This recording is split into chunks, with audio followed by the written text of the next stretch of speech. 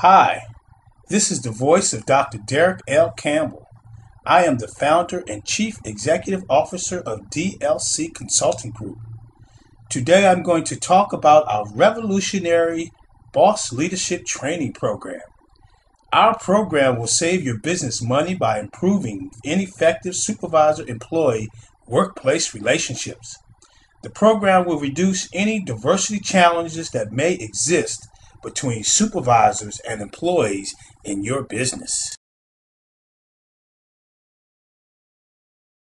The acronym BOSS, B-O-S-S, stands for Bounded Organizational Systems Analysis Shared Vision Development that utilizes self-knowledge change process, which is designed to reduce the negative impact that ineffective supervisor-employee workplace relationships has on your business.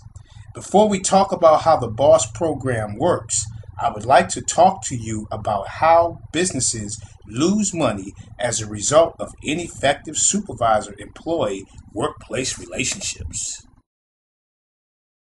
The first area is voluntary terminations. Researchers report that the employer is a major reason why people decide to voluntarily leave their job.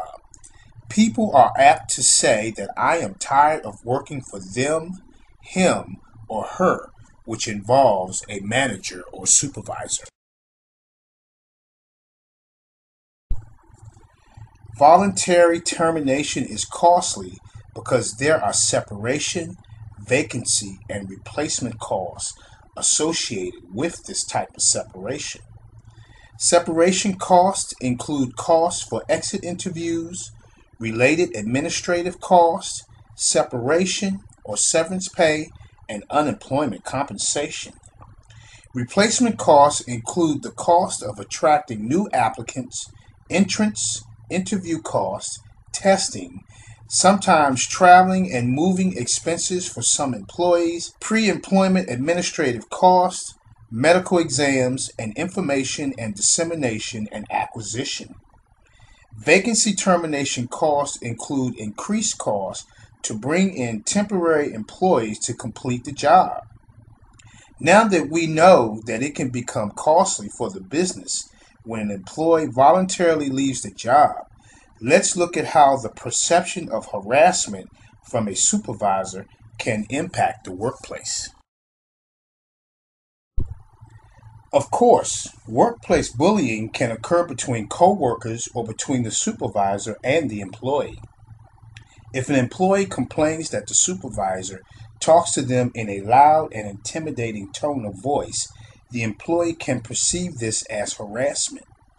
We know that this can happen when a supervisor is giving an employee a directive or responding to employee questions. Workplace harassment has hidden and legal costs that can affect the culture of the business. A recent report indicated that workplace harassment costs Australian employers anywhere from $6 to $36 billion each year. Workplace harassment has an impact on the culture of the business by decreasing productivity, increasing staff absenteeism, increasing staff turnover rates, and therefore producing poor morale in the business. Finally, there are legal costs, workers' compensation, and a loss in management time that is needed to address workplace bullying. As you have heard, workplace harassment between a supervisor and employee can be costly. Ineffective supervisor-employee workplace relationships can also create a hostile work environment. If the boss is perceived as a bad boss, this can create a hostile workplace relationship for co-workers, employees, and independent contractors. In some cases, the boss may not realize that he or she is a bad boss.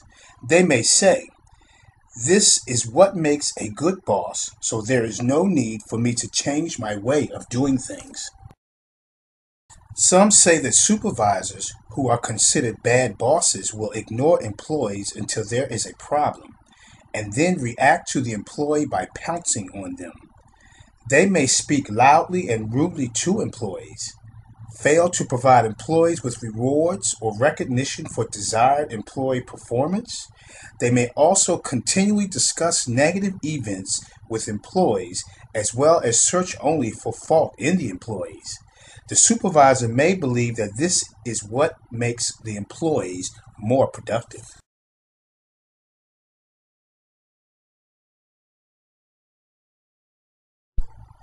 Ineffective supervisor-employee workplace relationships have an impact on workplace violence. One of the major reasons for workplace violence is employer-directed. The Society for Human Resource Management, better known as SHRM, revealed that 67% of the incidents of workplace violence were employee to employee and, more importantly, employee to supervisor.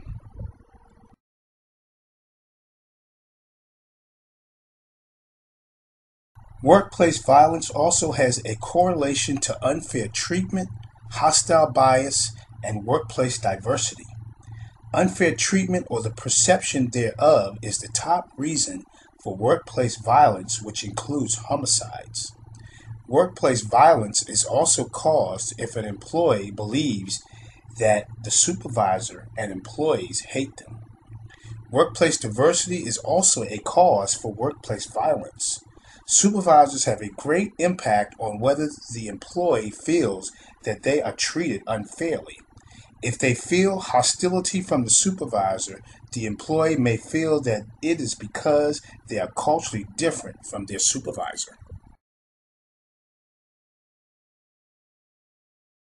Many supervisor-employee workplace relationships result in conflict.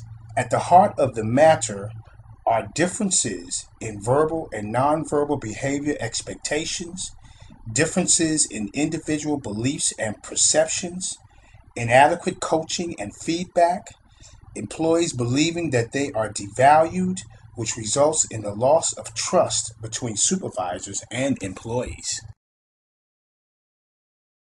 In summary, ineffective supervisor-employee workplace relationships can cause workplace violence, workplace bullying, a hostile work environment, and relationship conflicts on the job, which are all costly and can become detrimental to the business.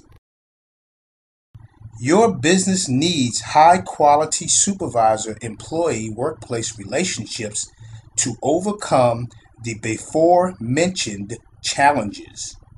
You see, high-quality supervisor-employee workplace relationships have a positive correlation to employee job satisfaction. This ultimately impacts the business's bottom line productivity. Employees who are involved in effective supervisor-employee workplace relationships are more likely to be satisfied with their job, which will increase their business's productivity and business profits.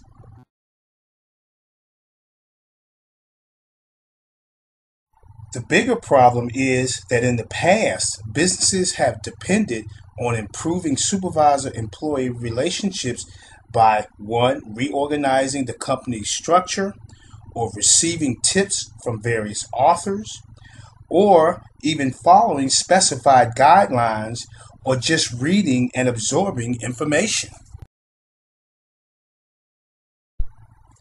Some companies have focused only on communication. They believe that an employee cannot be successful on the job without knowing their job, or where to get tools or supplies, and receiving feedback on performance, or ensuring that the communication process begins when the employee starts a position. Businesses have also attempted to improve the supervisor-employee workplace relationships by using self-assessments, counseling, and follow-up memos. While these strategies have benefits, it is not enough. It is not enough because information alone will not create the desired results.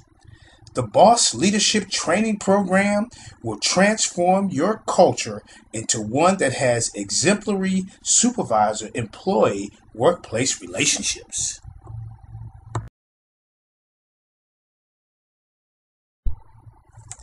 The Boss Leadership Training Program uses a self-organizing system with three major components. The first step is to conduct a bounded organizational systems analysis. The second phase is to formulate a shared vision with a team of employees within the company. Finally, we implement the process which results in improved supervisor-employee workplace relationships. As we stated before, the BOSS, B-O-S-S, in Boss Leadership Training Program stands for Bounded Organizational Systems Analysis Shared Vision Development that utilizes self-knowledge change process. Now, the successful use of self-organizing systems is not new. Lee Iacocca used a self-organizing system with the Ford Motor Company. American Express Financial Systems used self-organizing systems to remain ahead of the competition. Southwest Airlines has also successfully used self-organizing systems.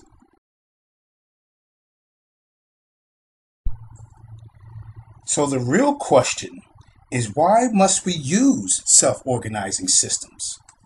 We have three major challenges when it comes to cultural conflicts in the workplace.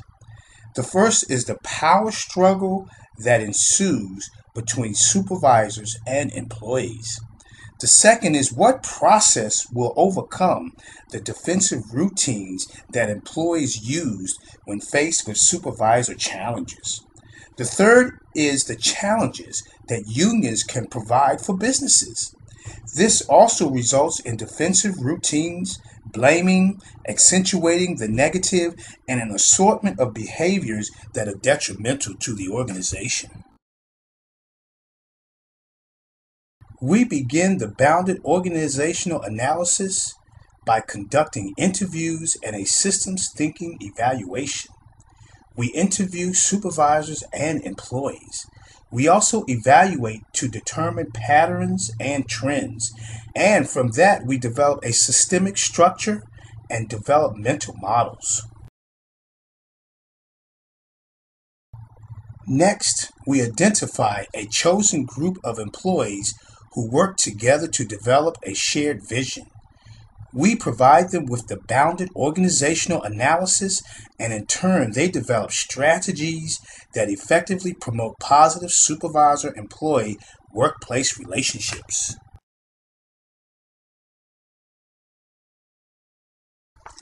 I have told you about the revolutionary Boss Leadership Training Program.